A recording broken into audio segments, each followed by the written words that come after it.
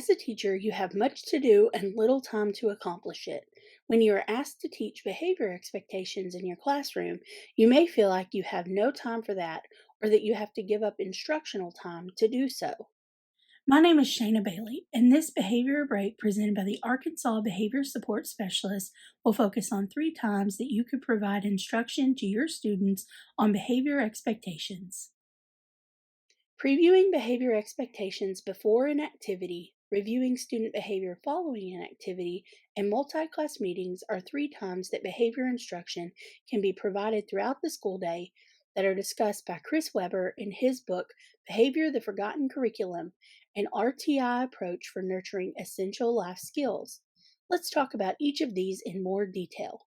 A behavior preview involves priming or pre-correcting behavior skills necessary for learning and growth during a particular activity or in a particular setting.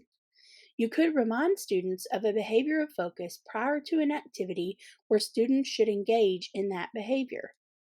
Here, Mr. Williams takes a few seconds before assigning his 8th grade students an independent science task to review behavior expectations. He says, "You are about to start working on your unit review. This activity will help you prepare for tomorrow's exam. Remember, we have all promised to have integrity in our classroom. For this activity, you can show integrity by doing your own work and working hard throughout the work time."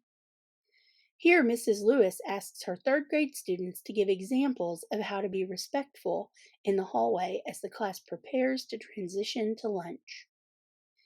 A behavior preview could take the form of a 90-second preview of expected behaviors during which you describe and model expected behaviors.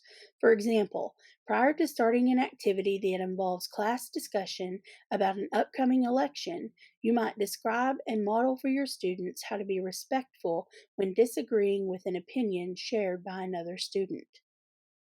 Another way to use a behavior preview is to turn it into a mini lesson where students brainstorm examples and non examples of expected behaviors prior to starting an activity. Then you can provide them feedback on their examples.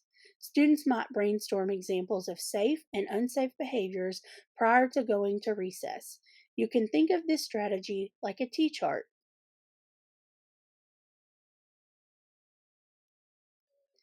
A behavior review involves you and your students reflecting on and discussing student behavior during a completed activity. After an activity or class period, you spend about 90 seconds reviewing student behavior during the activity. Have students give examples and non examples of expected behaviors that occurred during the activity or class period. Praise examples of expected behaviors and make suggestions for how students can avoid the non examples next time. After a small group math activity, Mr. Joseph takes a few minutes to have students reflect on and discuss positive and problematic behaviors displayed by students during the activity. After completing an independent writing task, the teacher has students reflect on and discuss positive behaviors and inappropriate behaviors that students engaged in during the activity. The teacher thanks students for working hard throughout the task. They discuss that several students called out questions and comments during the task. The teacher reminds students to raise their hand and wait to be called on to ask questions or share a comment. She has the students practice this expected behavior. Multi-class meetings focused on behavior expectations can be held periodically to allow staff and students to learn from each other. Multi-class meetings can be held to preview and teach behavior expectations on the front end or review inappropriate student behaviors that are occurring frequently. Multi-class meetings can be held for multiple classrooms, entire grade levels, or the whole school. In addition to creating an opportunity for students and staff to learn from each other, multi-class meetings also help increase consistency of behavior expectations across different staff members and different settings. In this example, all students in 1st through 3rd grade are gathered in the cafeteria to go over lunchtime behavior expectations. All of the teachers work together to describe and model expected behaviors.